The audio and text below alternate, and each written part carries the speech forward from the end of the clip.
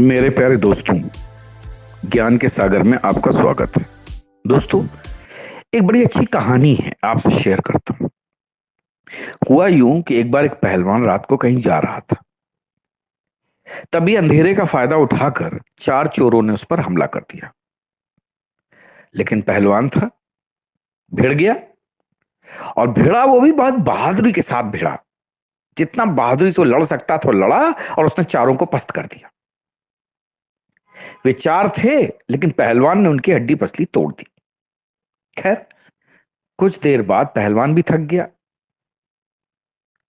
बैठ गया। फिर वे चारों उस पर हावी हो गए, उस पर काबू पा लिया। उसके बाद फिर जब काबू पा लिया उन्होंने, तो उस पहलवान की जेब में हाथ डाला, तो उसकी जेब से सिर्फ एक अठन्नी निकली। तब वो हैरान रह गए। उन्होंने पहलवान से कहा, अरे भाई, तेरे पास जब अठन्नी थी तो तू इतनी मारामारी क्यों कर रहा था? पहले ही दे देता। और ये बता, अगर तेरे पास कुछ रुपए होता तो हमें जिंदा नहीं छोड़ता। हद कर दी यार। अठन्नी के पीछे ऐसी मारकाट मचाई, और हम लोग भी इसलिए बर्दाश्त कर गए क्योंकि हमें लगा कि तेरे पास बहुत माल है, इसलिए तू लड़ रहा है। भाई, बड़ा अजीब आदमी है। पहलवान ने कहा, देखो, सवाल कम या ज्यादा माल का नहीं है, बल्कि सवाल इज्जत का है। अपनी मालत, जो हमारी मेरी हालत है, माली हालत है, मैं बिल्कुल अजनबी लोगों के सामने प्रकट नहीं करता। भले ही जेब में अठन्नी है, कोई बात नहीं, लेकिन उससे मेरी आबरू तब तक ढकी हुई है जब तक कोई सच्चाई जान नहीं जाता। तुम लोग ये हकीकत जानकर मुझे बेआबरू न कर पाओ, इसलिए मैं लड़ा। अगर मेरे पास लाख 2 लाख रुपए रहते तो मैं खुशी खुशी तुम लोगों को दे देता, तब शायद लड़ता भी नहीं।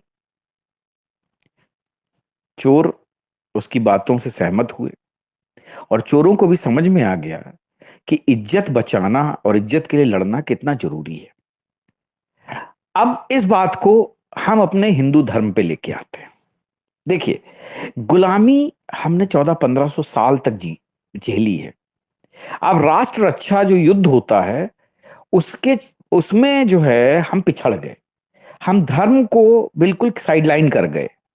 हम लोगों ने धर्म के लिए लड़ना ही छोड़ दिया। वरना जब तक लड़े, तब तक सभी आतताइयों, जो भी हमारे ऊपर आक्रमणकारी थे, उन सबको धूल धूसरित किया। उनका मान मर्दन करके उनको कुत्तों की मौत मारा, या उनको क्षमा करके वापस भेज दिया। लेकिन हम लड़ना भूल गए। हम हिंदुओं ने लड़ने की प्रवृत्ति त्याग दिया।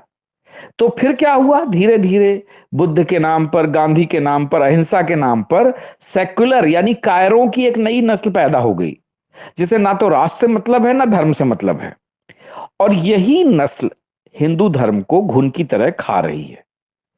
धर्म के जो विरोधी हैं, उनका तो हमें पता ही है कि वो हमारे धर्म के दुश्मन हैं। लेकिन जो हमारे हिंदू में धर्म में घुसे हुए जो घुन हैं, कीड़े हैं, कायर हैं, सेकुलर हैं, वामपंथी हैं, इनका इलाज हमें सबसे पहले करना होगा। जी हां, सावरकर ने कहा था ना कि मुझे मुसलमानों का कोई डर नहीं है, मुझे क्रिश्चियन का कोई डर नहीं है, मुझे डर है तो हिंदू धर्म के अंदर छुपे हुए गद्दारों से।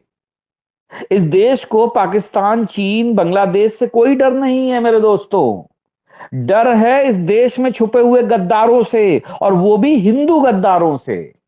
मुस्लिम्स के बारे में तो हमें मालूम मालूम है। इसलिए दोस्तों, जाग जाओ।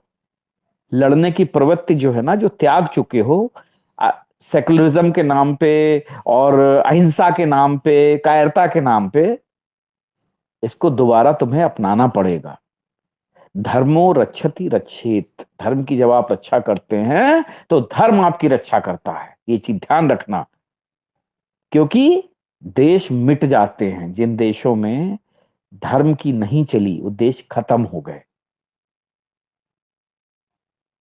रोटी, कपड़ा और मकान, ये सब जगह मिल जाएगा, धर्म नहीं मिलेगा। और जिस दिन आप अपने धर्म से च्युत हो गए, धर्म से विमुख हो गए, धर्म से बाहर हो गए, उस दिन आपकी कोई औकात नहीं रहेगी, आपका देश खत्म हो जाएगा। इसलिए जाग जाओ। सनातन धर्म जो कि हिंदू की आबरू है, मान सम्मान है, और उसे बचाने के लिए हमेशा आपको उस पहलवान की तरह युद्ध में तत्पर रहना पड़ेगा। युद्ध में जाने की, लड़ने की जो आपकी क्षमता है, उसको तैयार रखिए, जिंदा रखिए, वरना आप खत्म हो जाएंगे। ये चीज ध्यान रखना। क्योंकि जब आपके पास इज्जत ही नहीं रही, यही कारण है कि आप एक कोई भी पोस्ट डालते हैं, विधर्मियों के लाख लोग खड़े हो जाते हैं और आपके ऊपर खुलेआम, आपके ईश्वरों पर, आपके जो कहते नहीं आराध्यों पर कटाक्ष किए जाते हैं, नंगी तस्वीरें बनाई जाती हैं, और आप ट्विटर पे और आप सोशल मीडिया पे चिल्ला के चुप हो जाते हैं, क्योंकि विधर्मियों को मालूम है, ऐसी पोस्ट करने वालों को मालूम है कि लड़ने कोई नहीं आएगा, सिर्फ लोग मुंह चलाने आएंगे या कलम से लिखने आएंगे, और कलम से लिख के आप इतिहास नहीं बना सकते हैं। इतिहास बनाने के लिए, अपने धर्म की रक्षा करने के लिए, अपने आप को स्थापित करने के लिए आपको हाथ उठाने पड़ते हैं। जब आपके हाथ सशक्त होंगे तो कलम भी काम करेगी। कलम अकेले नहीं लड़ सकती, कलम तलवार का मुकाबला नहीं कर सकती। कलम सिर्फ तलवार के बाद में जो शांति आती है, उसमें जो है अपने विचार रख सकती है।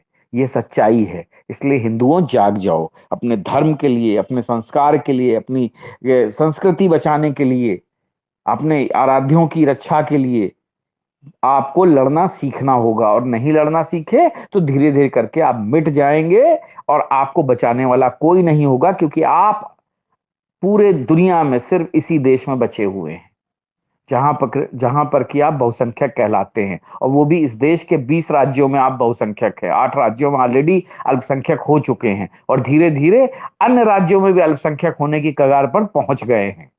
लोग धीरे धीरे चारों तरफ से आपको घेरते हुए चले आ रहे हैं और आप मुर्गी के दरबे में अंदर धंसते चले जा रहे हैं। और फिर एक एक करके जैसे मुर्गे काटे जाते हैं, उस तरीके से आपको निकाला जाएगा और आपको जिवा किया जाएगा। ये चीज ध्यान रखिएगा। तब उस समय आप ना तो धर्म बचा पाओगे, ना खुद को बचा पाओगे। कश्मीर का हाल देख लो, पाकिस्तान का हाल देख लो, बांग्लादेश का हाल देख लो। पहले, सबसे पहले धर्म के नाम पर आपको अलग किया गया और इसके बाद एक एक करके आपको किनारे लगाया गया।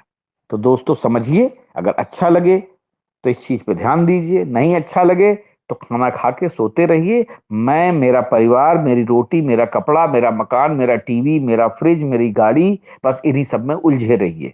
धर्म की ओर कभी ध्यान मत दीजिए और ना ही अपने बच्चों को सशक्त सबल बनाइए, क्योंकि आप तो सेकुलर हैं। आप तो जो है ना, बुद्ध और अहिंसा के मार्ग पे चलने वाले लोग हैं।